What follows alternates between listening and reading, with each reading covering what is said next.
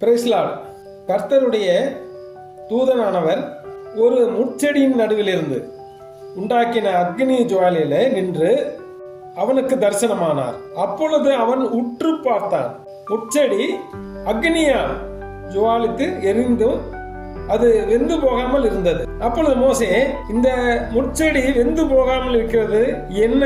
நான் கிட்ட போய் அந்த அற்புத காட்சியை பார்ப்பேன் என்றான். அவன் பார்க்கும்படி கிட்ட வருகிறதை கர்த்தர் கண்டார். முட்செடியின் நடுவில் இருந்து தேவன் அவனை நோக்கி, மோசே மோசே என்று கூப்பிட்டார். அவன், இதோ அடியேன் என்றான். அப்பொழுது அவர், கிட்டி சேராய் ஆக உன் கால்களில், குறிப்பாக நான் இதை அடித்து சொல்ல விரும்புகிறேன். மக்களே, இன்று நடக்கின்ற அவலமான சர்ச்சில் செருப்பு இட்டுக்கொண்டு செல்கின்றீர்கள்.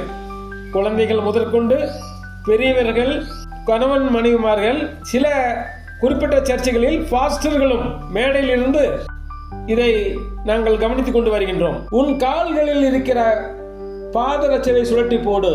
நீ நிற்கிற இடம் பரிசுத்த பூமி. நன்றாக புரிந்து கொள்ளுங்கள். ஒவ்வொரு சர்ச்சும் நமக்கு பரிசுத்த இடம். நீங்கள் விளையாட்டாக நினைக்க வேண்டாம். எல்லா மக்களும் இதை கண்டிக்க வேண்டும். பாஸ்டர்களே, நீங்கள் நின்று பேசும் பொழுது எப்படி நீங்கள் கண்டிப்பீர்கள்? பிரியமானவர்களே, வெளிநாட்டிலிருந்து இந்த பழக்கம் நம் ஆலயத்திலும் பரவி கொண்டிருக்கிறது. கால்ரா போல மேலும் பரவாமல் இருக்க ஜெபம் செய்வோம். இந்த அருவருப்பை எக்காலமாக பறைசாட்ட வேண்டும்.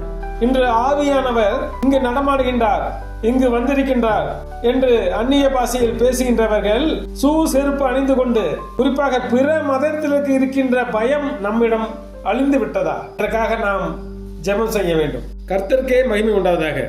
ஆமென்.